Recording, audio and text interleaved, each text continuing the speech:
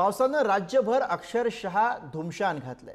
मे महिन्याच्या पहिल्याच आठवड्यापासून पाऊस बरसतोय आणि याचा शेती पिकांना तर मोठा फटका बसलाच आहे।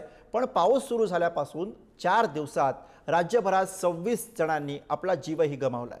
पावसानं राज्यभर कशी दैना उडवली बघूया। वेळेआधीच आलेल्या पावसानं बळीराजाला रडवलं।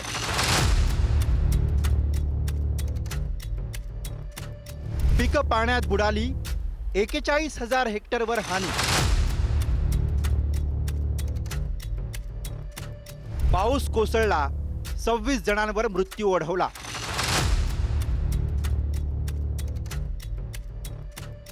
मे महिन्याच्या मध्यापासूनच राज्यात पाऊस बरसतोय। गेले 20 दिवस जवळपास 34 तालुक्यात मान्सून पूर्व पावसानं हजेरी लावली। नुसतीच हजेरी लावली नाही तर बळीराजाला हतबल करून सोडलं।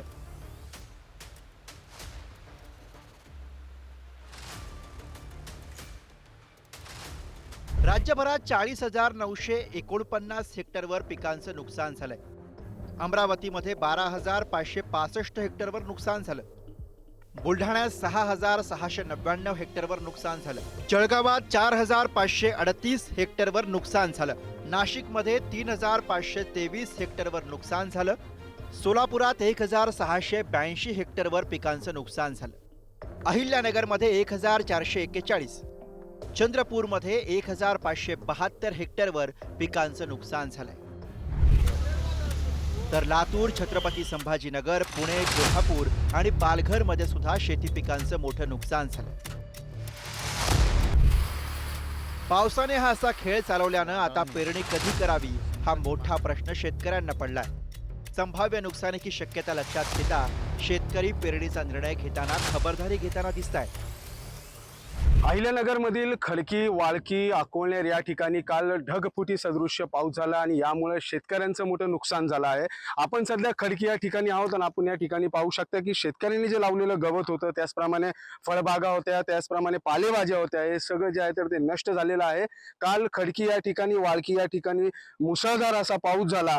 इतिहासात पहिल्यांदाच असा हाहाकार पाऊस झाल्यामुळे शेतकरी आता अडचणीत सापडलेला आहे। आजपर्यंतच्या इतिहासात हा इतका भयंकर पाऊस होता की सध्या त्या परिस्थितीत मी स्वतः उभे होतो। माझ्या वैयक्तिक 8 गाय वाहून गेल्या।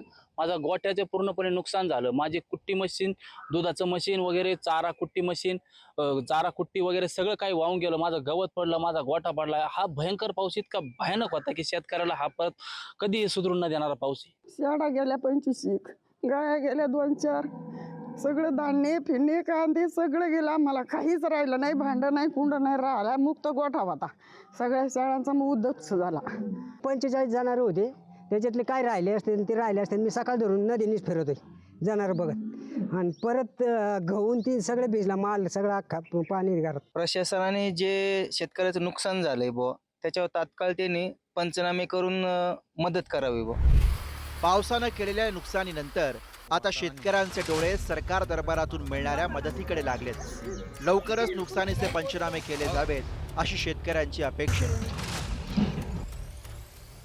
शेतकऱ्यांनी जर पेरणी बिगिनी केली तर हे मोहर शेवटच्या ह्याच्यामध्ये पिकं अलीकडे काढायला येतात, त्याच्यामुळं वेळेनुसारच पेरणी करावं लागेल। काय अडचणी येऊ शकतात पुन्हा जर पाऊस चालू राहिला तर पुन्हा पावसामध्ये पिकं वायाला जातात। त्याच्यामुळं वेळेनुसारच जर पेरणी केली तर योग्य वेळेस पाऊस संपायच्या वेळेस काढणीला सुरुवात होते। इकडे मुंबई कृषी उत्पन्न बाजार समितीतही पावसाच्या नुकसानीचे परिणाम दिसू लागलेत। ग्राहकांनी पाठ फिरवल्यानं व्यापारी आणि शेतकऱ्यांवर माल फेकून देण्याची वेळ आली आहे। जवळपास सगळा मे महिना कोसळलेला या पावसानं राज्याला आर्थिक संकटात टाकलंय। शिवाय गेल्या 4 दिवसात मोठी मनुष्यहानीही झाली आहे।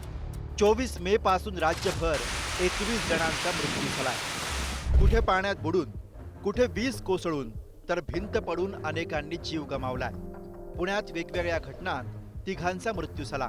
नांदेडमध्ये 3 जणांनी जीव गमावला। भंडाऱ्यात वीज पडून 2घांचा मृत्यू झाला।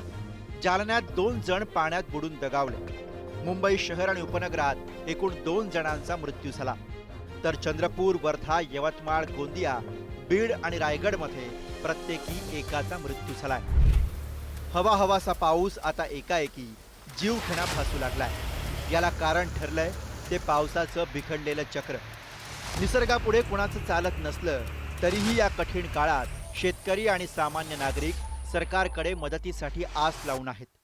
ते धीर देण्याचं काम सरकार दरबारातून होईल अशी अपेक्षा. कारण पाऊस रडवण्याचं काम करत असताना सरकारनं अश्रू पुसण्याची तत्परता दाखवायला हवी आहे अशी अपेक्षा व्यक्त होतीये. ब्युरो रिपोर्ट, पुढारी न्यूज.